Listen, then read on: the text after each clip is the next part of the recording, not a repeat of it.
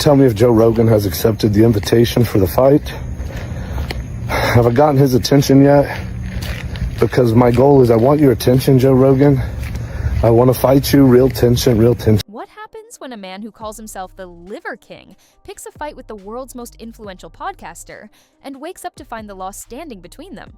In the span of a few chaotic months, Brian Johnson's quest for attention crashed into hard statutes, furious fans, and a host who simply refused to play along. Tonight, we're untangling the threats, the money, and the power plays behind this showdown, sharing court filings and insider whispers you won't hear anywhere else. If you choke me out, and if you don't choke me out, these other limbs will be interesting.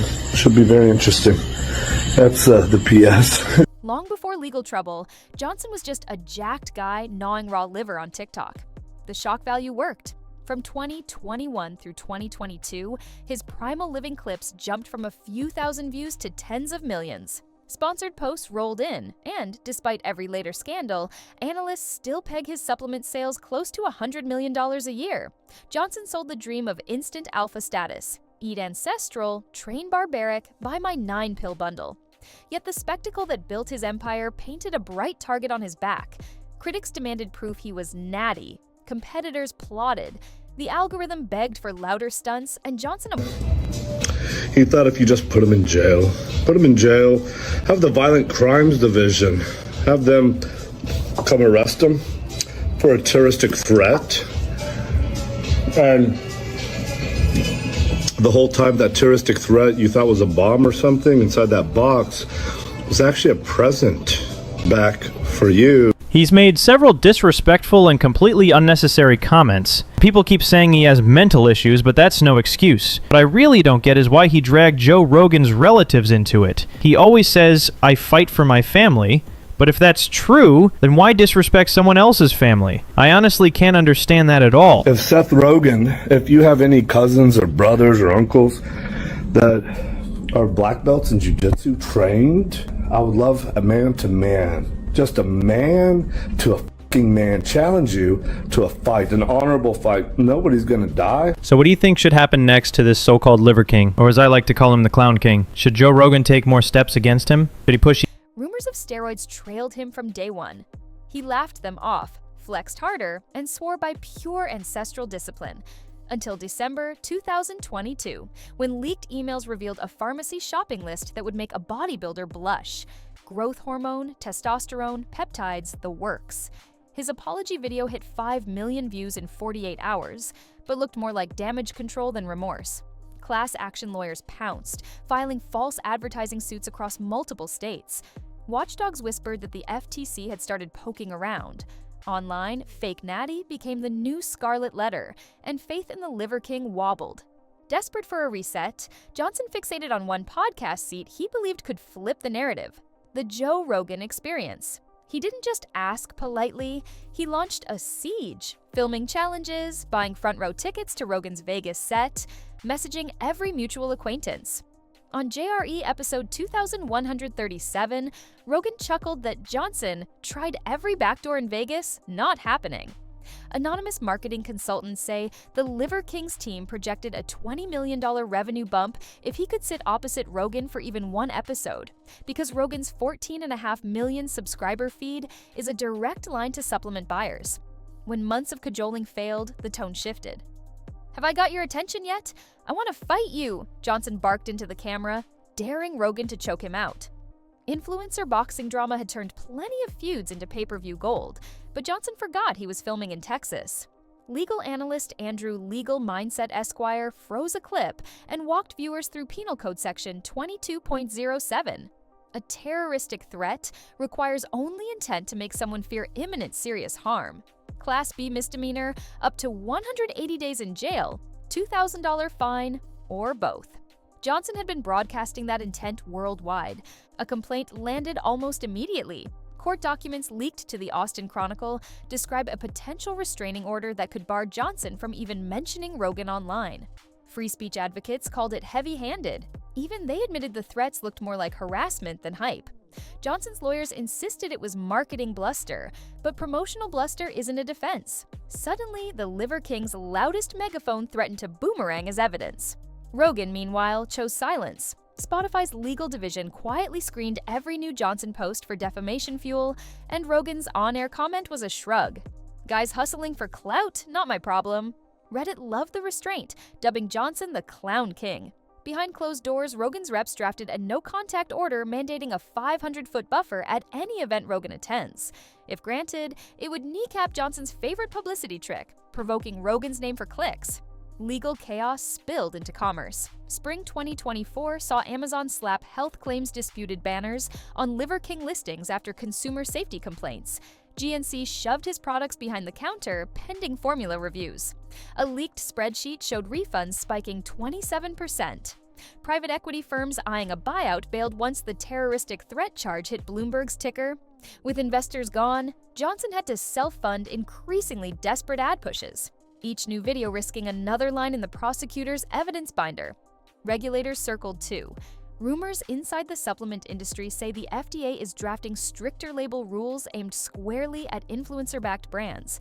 That could mean forced reformulation, expensive third-party testing, or outright shutdowns of flagship powders. For a company built on speed and hype, regulatory drag is poison. Yet the worst drag might be cultural. Johnson's saga highlights the tension between our lust for extreme authenticity and how easy it is to monetize illusion. Influencers flaunt shredded physiques, fans cheer, and then rage when syringes surface. Johnson became the lightning rod. Fitness YouTubers call him cautionary proof that clout eats integrity.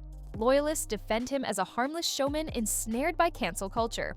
Online polls sit almost 50-50 on whether he deserves jail or a slap on the wrist. Rogan, ironically a champion of free speech, now stands as gatekeeper of authenticity. Be real or be gone. Where does the self-styled king go from here? Scenario 1.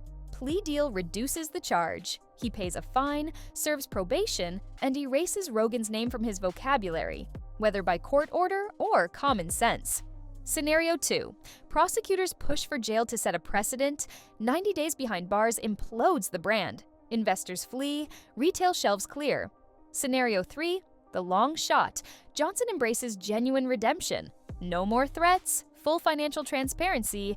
Maybe big donations to youth fitness. Stranger comebacks exist, but few start with a Class B misdemeanor and a target who wants nothing to do with you. This story began with raw liver and viral abs, detoured through leaked syringes, and now hinges on a single Texas statute. Legal jeopardy, a business on the brink, and the largest microphone in podcasting collide in a drama tailor-made for our outrage economy. If you were in Rogan's shoes, would you press charges, settle quietly, or square up in the octagon? And if you were Brian Johnson, would you double down on controversy, or finally trade shock for sincerity?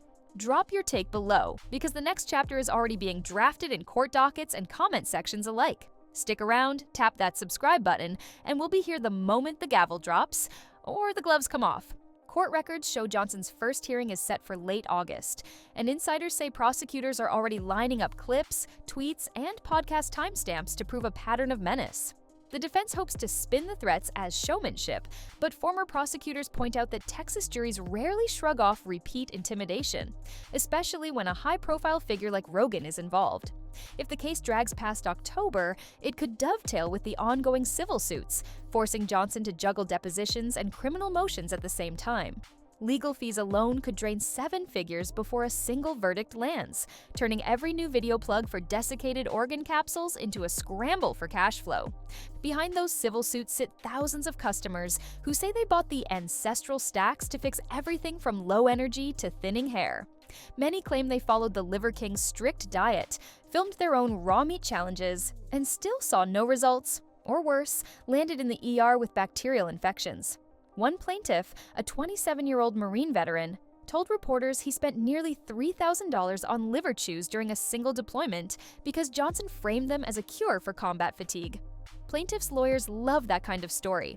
A sympathetic face, a clear purchase trail, and a bold promise splashed across Instagram.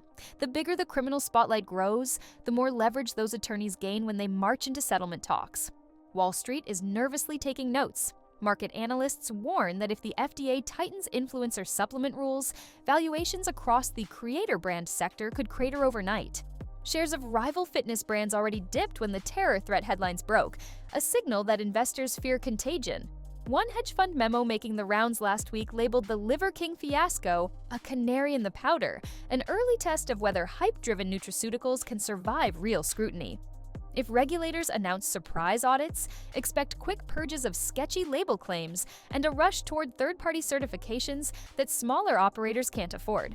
Johnson may become the cautionary tale that rewrites an entire industry's playbook.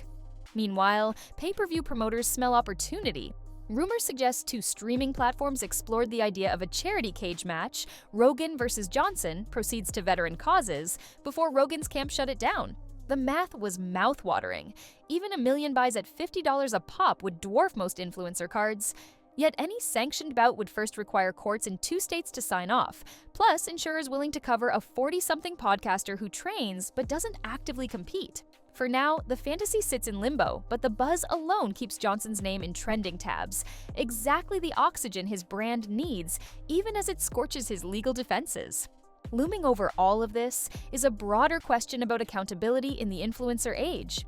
Platforms reward extremes, audiences cheer spectacle, and algorithms don't check veracity until a real-world statute steps in.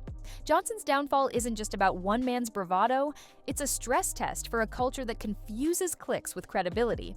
Whether he walks free or does time, the precedent he sets could decide how far the next self-proclaimed king dares to push the line between marketing and menace. The verdict will echo far beyond one supplement aisle, reminding every creator that the internet never forgets, and neither does the criminal code.